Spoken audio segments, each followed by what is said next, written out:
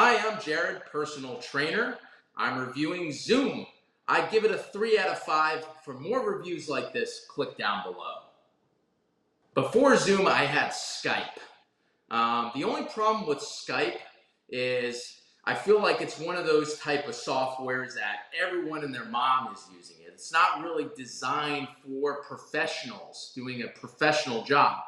However, Zoom is more of a household name for professional people, whether they be personal coaches like myself or people trying to conduct classes where they're trying to reach people worldwide or nationwide. So I switched to Zoom because it's more of what professionals use.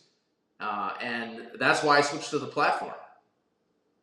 The initial reason why I chose Zoom was because my employer at the time, when I was in group training, suggested that we use Zoom, and it was the industry standard. That is why I used Zoom. Why I stuck with Zoom is I have clients that know how to use it. It's pretty easy to navigate, and it's, like I said, it's a universal standard.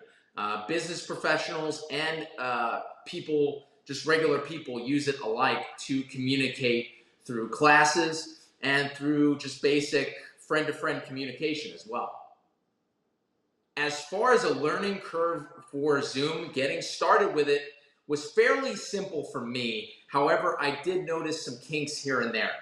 First and foremost, at the start, there wasn't any really required login. You can set settings for anyone to just enter or leave your chat room unless you put a password enabled. However, I noticed a few months later that Zoom now has a feature where you have to either have your client or member that's trying to access the room enter a password or be accepted into the room. So you have to click accept or decline. Now, of course, my clients now have the password so they can enter, but it was a little confusing at first because I had people and they were like, why can't I enter the chat room?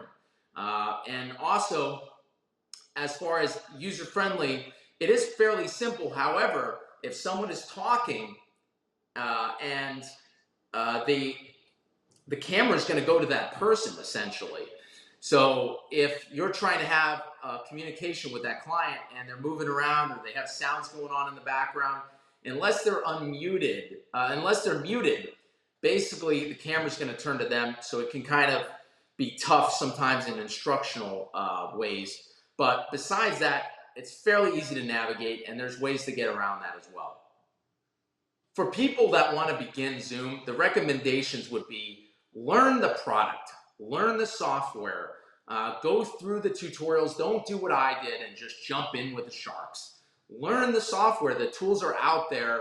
I mean, even if you have to go onto YouTube to figure out how to use it properly, do that first just so you know all the features. That way you can use it to the best of your potential. And if you're a business professional or a fitness professional such as myself, you really do want to do that so that you can professionally communicate to your clients.